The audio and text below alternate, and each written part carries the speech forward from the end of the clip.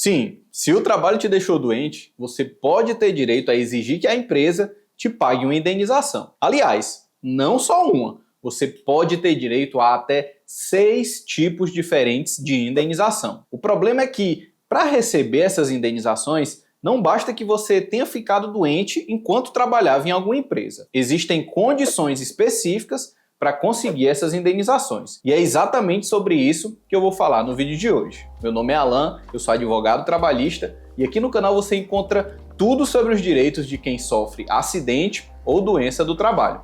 Então já se inscreve para ficar sempre por dentro dos seus direitos. Aqui você vai conhecer os 6 tipos diferentes de indenização por doenças adquiridas no trabalho, as condições para receber cada uma delas e no fim eu também vou te dar algumas dicas de como reunir provas para conseguir cobrá-las. Então, se você adoeceu pelo trabalho, fica comigo até o fim do vídeo. A primeira coisa que a gente precisa entender é que para conseguir qualquer indenização, você vai precisar entrar na justiça contra a empresa. Se você tem uma doença que foi causada pelo trabalho, você vai precisar processar essa empresa. Mas para conseguir ganhar esse processo, para conseguir ganhar essa indenização, você precisa atender a 3 condições básicas. Sem essas condições, infelizmente, você não conseguirá nada na justiça. Vamos ver aqui cada uma delas. A primeira condição é provar que você realmente está doente. Parece óbvio, mas é importante ter uma documentação médica forte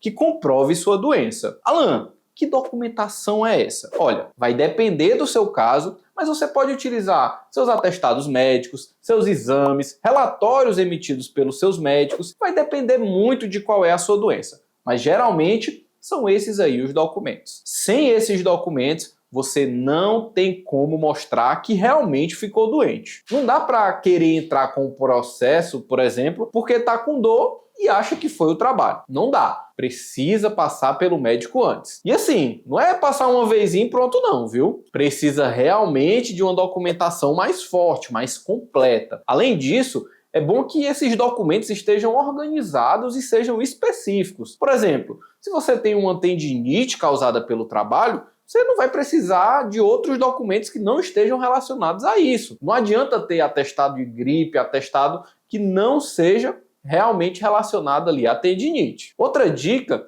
é sempre pedir o seu prontuário médico. O prontuário é um documento mais completo, que reúne todas as informações sobre o seu tratamento médico. E ele pode ser uma prova muito forte no processo. Com essa documentação, você já consegue provar que atende à primeira condição, que é estar doente. Afinal, não dá para querer cobrar uma indenização por estar doente sem provas da doença, né? A segunda condição é mostrar que a sua doença está diretamente ligada ao seu trabalho. Presta atenção, não basta estar doente, você precisa mostrar que a doença foi causada ou piorada pelo trabalho. Isso aqui é a coisa mais importante que você precisa provar, tá certo? Se você teve um problema de saúde enquanto trabalhava em um lugar, mas esse problema não foi causado ou piorado pelo trabalho, a empresa não tem que pagar indenização nenhuma. E para realmente saber se o seu problema de saúde está ligado ao seu trabalho, você vai precisar passar por uma perícia na justiça. Todo mundo que entra com processo por doença do trabalho precisa passar por essa perícia. O objetivo dela é justamente saber se o seu problema de saúde tem a ver com o seu trabalho. Para fazer essa perícia, o juiz vai chamar um médico da confiança dele para analisar a sua documentação e te examinar. Esse médico vai dizer se realmente o seu problema tem relação com o seu trabalho. A dica aqui é reunir o máximo de provas do que te levou a adoecer. Você vai precisar pensar: o que aconteceu na empresa que fez com que eu tivesse esse problema? É exatamente isso que você vai precisar provar. Por exemplo, se você desenvolveu um problema no ombro porque fazia movimento repetitivo, você precisa provar que fazia esses movimentos repetitivos. Se desenvolver um problema de saúde mental por conta do assédio, você vai precisar provar o assédio. Você precisa provar o que pode ter te levado a adoecer. A terceira condição é provar a culpa da empresa. Você precisa mostrar que a empresa foi negligente, imprudente ou que não seguiu aí as normas de segurança e saúde do trabalho. Isso pode ser feito com provas como registros de faltas de equipamento de proteção, jornadas de trabalho abusivas, assédio moral, entre outros. Quanto mais evidências você tiver, melhor. Por exemplo, se a empresa não forneceu equipamentos de proteção necessários para a sua função e isso causou uma doença, você deve apresentar evidências de que isso aconteceu. Pode ser uma foto do ambiente de trabalho sem os equipamentos adequados, e-mails solicitando esses itens. Tudo vai depender do que acontecia na prática. Agora que você já sabe as condições básicas para receber uma indenização, vamos entender melhor quais são os tipos de indenização que você pode solicitar e o que cada uma delas cobre. Mas antes, se você ainda não é inscrito aqui no canal, a gente publica toda segunda, quarta e sexta um vídeo novo sobre os direitos de quem sofreu um acidente ou uma doença do trabalho.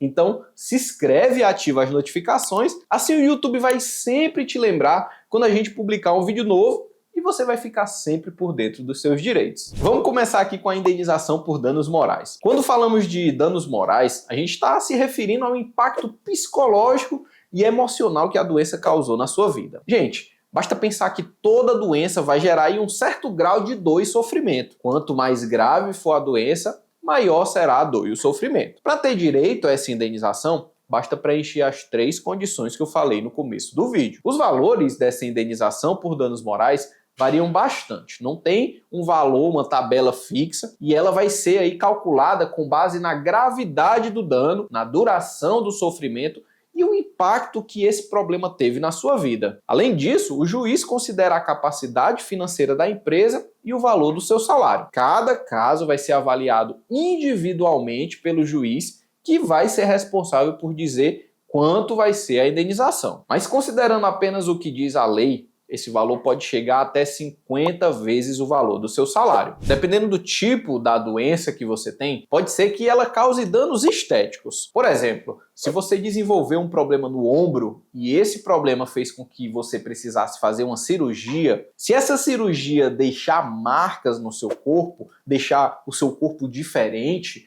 você pode ter direito a uma indenização pelos danos estéticos. Aqui, o que a indenização compensa não é o sofrimento que a doença causou, mas sim a mudança no seu corpo. É claro que aqui dificilmente uma doença psicológica, por exemplo, vai gerar um dano estético. Ele geralmente vai ser aplicado em casos de acidentes de trabalho ou então de doenças físicas. Outro tipo de indenização menos comum e mais difícil de ganhar é a indenização por danos existenciais. Danos existenciais podem incluir a perda da capacidade de aproveitar hobbies, atividades sociais ou simplesmente conseguir relaxar e desfrutar de momentos de lazer com a família e amigos. Para cobrar essa indenização, você precisa mostrar como a sua doença impactou negativamente esses aspectos da sua vida. Você precisa mostrar que a doença acabou com o seu projeto de vida. Exemplos aqui são situações em que você não consegue mais fazer as coisas que antes fazia por conta da doença. O valor dessa indenização por danos existenciais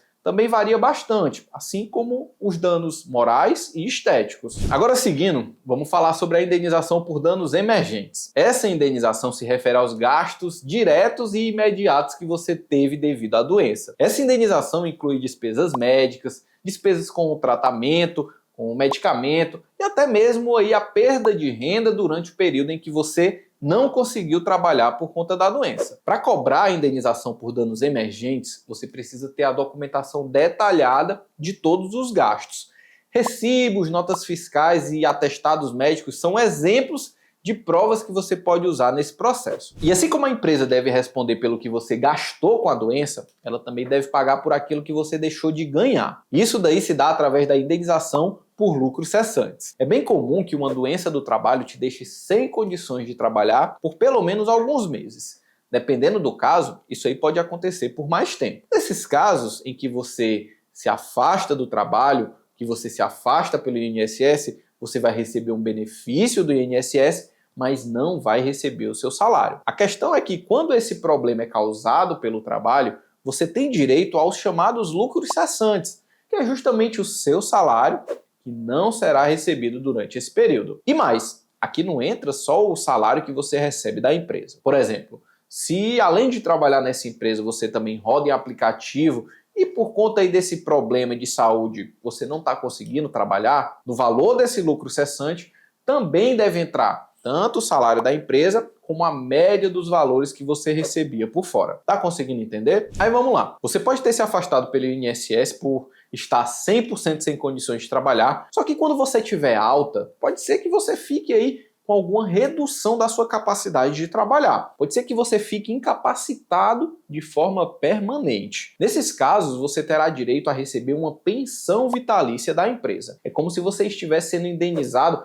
pelo que você vai deixar de receber por conta desse adoecimento. O objetivo dessa indenização é justamente garantir o seu sustento futuro. Para ter direito a essa pensão vitalícia, você vai precisar preencher os 3 requisitos que eu mencionei no começo do vídeo e comprovar a incapacidade de trabalhar de forma permanente. Ou seja, que a doença te impossibilitou de exercer sua profissão de forma definitiva. Aí aqui tem um detalhe, basta uma perda parcial para que você possa receber essa pensão. Claro, se não for um caso de uma perda total, de uma invalidez, o valor da pensão vai ser proporcional à sua perda. Por exemplo, se você perdeu 10% da capacidade de trabalhar, vai ter direito à pensão equivalente a 10% do seu salário. Se a perda foi de 30%, a pensão vai ser de 30%. Gente, como eu disse no começo do vídeo, para conseguir qualquer dessas indenizações, você precisa colocar a empresa na justiça. E para conseguir ganhar esse processo, você vai precisar de provas fortes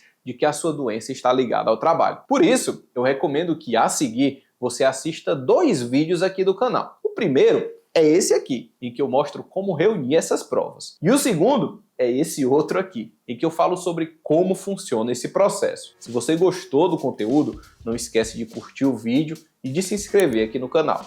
Obrigado por assistir até aqui e até o próximo vídeo.